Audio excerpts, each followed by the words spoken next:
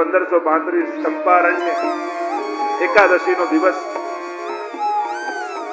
શ્રી મહાપ્રભુજીએ યજ્ઞ નારાયણ ભટ્ટને જે યજ્ઞ કુંડમાંથી પ્રગટ થઈને મદન મોહનલાલે વચન આપ્યું હતું, તમારા કુળમાં 100 યજ્ઞ પૂર્ણ થશે ત્યારે હું પોતે પધારી. મૂળ પુરુષ નારાયણ યજ્ઞ સુતી અવતાર ભય સર્વજ્ઞ શાખા તૈત્રીય ગોત્ર ભારદ્વાજ તૈલંગ કુલ ઉદ્ધીત ગુજરાત. અનેક સોમયજ્ઞો થયા. છેલ્લો સોમયજ્ઞ લક્ષ્મણ ભટ્ટીએ કર્યો. ઉપદ્રવ થયો કાશીમાં. ઇલ્લમા ગારુજી ગર્ભવતી છે. ગાડામાં લઈને ફરી દક્ષિણ તરફ પધારી રહ્યા. અહીંયા શ્રીજીને તાપ છે. જીવો છે તો ખરા, પણ હજી અન્નાદિ ગ્રહણ નથી કરતા. અને જ્યાં સુધી મહાપ્રભુજી અન્નપ્રાશન નહીં કરાવે ત્યાં સુધી શ્રીનાથજી પણ અન્ન ગ્રહણ નહીં કરે. સમય આવ્યો. એકાદશી જઈ રહ્યા છે. પ્રસવ પીડા ઉપડી. 7 માસનો ગર્ભ મૃત જાણીને મૂકીને આવ્યા. ચૌડા ગામમાં આવીને નિવાસ કર્યો. રાત્રિના સમયે પ્રભુ સ્વપ્નમાં આવીને આજ્ઞા કરી, પૂર્વજોનો જે વચન આપ્યું હતું એ પોતે તમારા કુળમાં પ્રગટ થયું છે. આપ પધારો અને મારો સ્વીકાર કરો. અને અહીંયા તુરંત ઇલ્લમા ગારુજીને લઈને લક્ષ્મણ ભટ્ટી પાછા ચાલ્યા. જુએ તો અગ્નિનો કુંડ છે ને મધ્યમાં એક સુંદર શ્યામ બાળક ચરણના અંકુશને મુખમાં પધરાવીને કિલકારીઓ કરી દે. દૂરથી દર્શન કર્યા. તનમાંથી દૂધની ધારાઓ વહેવા લાગ્યા. તો મારું જ બાળક, પણ અગ્નિ છે, કેમ કરીને સ્વીકાર કરો? લક્ષ્મણ ભટ્ટીએ કહ્યું, જો આપનું બાળક હશે તો અગ્નિ આપને માર્ગ આપી દે. અને એટલામાં આકાશમાં દેવતાઓ આવવા લાગ્યા. વિમાનો લઈને દોડવા લાગ્યા. અરે નંદ મહોત્સવ સમયે જે દેવતાઓ રહી ગયા હતા એ દેવતાઓને એવું થયું કે કૃષ્ણ જન્મનો તો અમને દર્શનનો મોકો ન મળ્યો, પણ આ સમય ચૂકવો નથી. આયે દેવ વિમાન અને ચડ અને વિમાન લઈ અને ચંપારણ તરફ અગ્રસર થવા લાગ્યા. આયે દેવ વિમાન ચડ આયે દેવ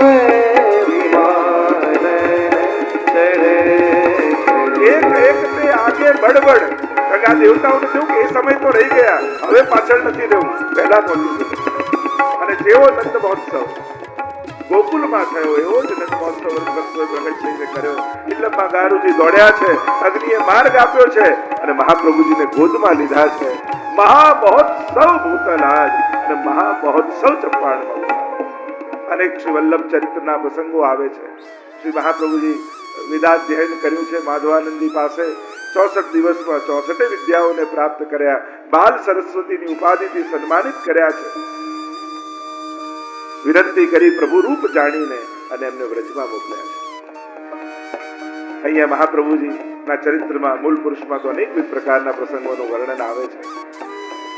ત્યાં કૃષ્ણદેવરાયની સભામાં મહાપ્રભુજી પધાર્યા છે.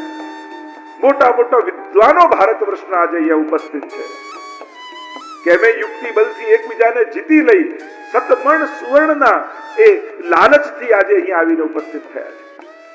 મહાપ્રભુજીના મામા કોષાધ્યક્ષ હતા, પણ મામાને ત્યાં રોકાયા નહીં મહાપ્રભુજી, એટલે એમને અપમાન જેવું લાગ્યું. દ્વારપાલોને કહી દીધું કે આ વલ્લભને અહીંયા પ્રવેશવા નથી.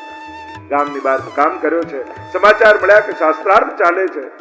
અને મહાપ્રભુજી નિર્ધાર કર્યો કે અમે જઈને સમાધાન કરીશું.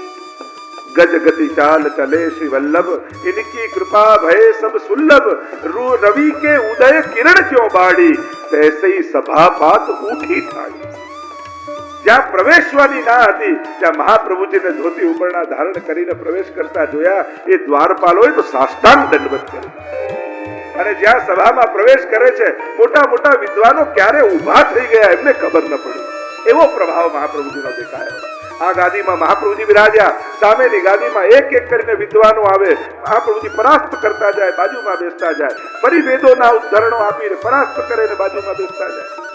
અને ચારે તરફ મહાપ્રભુની દ્રષ્ટિ કરીને કહે હવે કોઈ બાકી છે. અને બધા એક સાથે જયઘોષ કર્યો, બોલો જગત ગુરુ શ્રી વલ્લભાચાર્ય કી જય, ગુરુ શ્રી વલ્લભાચાર્ય કી જય. કૃષ્ણદેવ રાય સોનાથી ભરેલી મોરથી ભરેલા પરાતને લઈ રાણીઓની સાથે શરણે આવ્યા છે.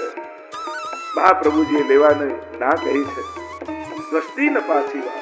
કનક સ્નાન સતમણ સુવર્ણે કરાવ્યું મહીપાલ, તે મૂકી વેગે ચાલિયા રાય, દ્રષ્ટિ ન પાછી વાર. ક્યાં તો સ્નાન જલવત છે, સ્નાન કરેલું જલ ફરી ઉપયોગમાં નથી લેવાતું. તમે કનક સ્નાન કરાવ્યું છે એટલે મારા ઉપયોગનું નહીં. પણ આ જે બ્રાહ્મણો આની લાલસા લઈને આવ્યા છે, આ 100 મણ સુવર્ણ એ બધામાં વિતરણ કર્યું. પછી તો ચારે બાજુ જયઘોષ થવા લાગ્યા. શ્રી મહાપ્રભુજીને સુવર્ણના સિંહાસન પર બિરાજમાન કર્યા. ભારત વર્ષની તમામ પવિત્ર નદીઓ દ્વારા જલ દ્વારા અભિષેક થયો છે. સુંદર મંગલ પદાર્થો દ્વારા શ્રી મહાપ્રભુજીનું પૂજન અર્ચન થયું છે. રાજા અને રાણી શરણે આવ્યા, ભેટ ધરવા માટે થાળ લઈને આવ્યા. 7 સુવર્ણ મુદ્રાઓ દૈવી હતી. મહાપ્રભુજી એ ગ્રહણ કરી અને એનાથી શ્રીનાથજી બાબાના નુપુર સિદ્ધ કરાવ્યા, જે આજે પણ શ્રીનાથજી બાબા ધારણ કરે છે. મહાપ્રભુજી પૃથ્વી પ્રદક્ષિણા કરવા માટે પધાર્યા છે અને હવે ઝારખંડમાં પરિક્रमा तीजी चित आई, निकसी चले श्री वल्लभ राई, और झारखंड में प्रभु ने जताई, अब के मोही मिलो मन भाई. ત્રીજી પરિક્રમા છે, ઝારખંડમાં મહાપ્રભુજી બિરાજે છે અને ત્યાં ઠાકોરજી આજ્ઞા કરી, હવે આપના વગર આપનો વિરહ મારાથી પણ સહન થતો નથી. આપ પધારો ગિરિરાજજી અને મારી સેવા જગતમાં પ્રગટ કરો. પૃથ્વી પરિક્રમા છોડી મહાપ્રભુજી વ્રજમાં પધાર્યા. પ્રસંગો તો અનેક કથાઓ છે, સમયના પણ ઘણા બધા ચર્ચાઓ છે. કઈ સમયે કઈ યાત્રા અને કઈ યાત્રા સમયે પ્રથમ મિલન આદિના પ્રસંગો થયા. યમુનાજીનું વિશુદ્ધ તત્વ, યમુનાજીના સાક્ષાત દર્શન. હું તો ભૂતલ પર 2 પ્રથમ મિલન માનું છું. એક ઠકરાણી ત્રીજે યમુનાજી સાથે મહાપ્રભુજી અને એક આ પ્રથમ મિલન શ્રીનાથજી સાથે. યમુનાષ્ટકનું અવગાહન કર્યું, પારાયણ કર્યું છે. એકાદશીની રાત્રિએ સ્વયં પ્રભુ પ્રગટ થયા. શ્રાવણ શ્યામલે પક્ષે એકાદશ્યા મહાનિશી સાક્ષાત ભગવતા પ્રોક્તમ સદક્ષર સૌખ્યતે. અને ગિરિરાજને આશ્વાસ દીધો, ધરી કોમલ ચરણ અને હરખેત સામા આવ્યા શ્રી ગોવર્ધન ઉદ્ધરણ.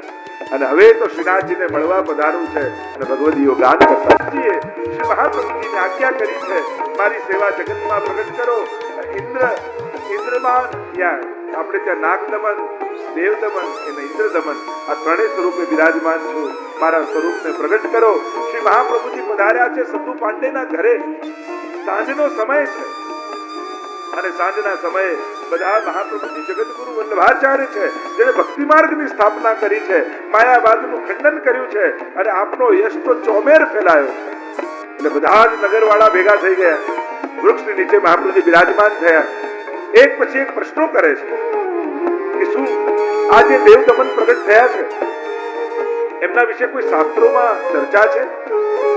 અને મહાપ્રભુજી ગર્ગ સંહિતાના આદિના ઉદાહરણો આપી રહ્યા છે અને એટલામાં દૂરથી અવાજ સંભળાયો, ઓ નરો મેરો દૂધ લા, ઓ નરો મેરો દૂધ લા.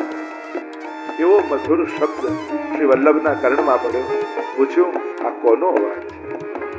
ત્યારે કહ્યું, વ્રજવાસીઓ, આ તો દેવદમન પ્રગટ થયા છે, એમનો મધુર સ્વર છે. નરો દૂધનો કટોરો લઈને ચાલી છે. ઠાકોરજીને દૂધ પાઈને પાછી આવી.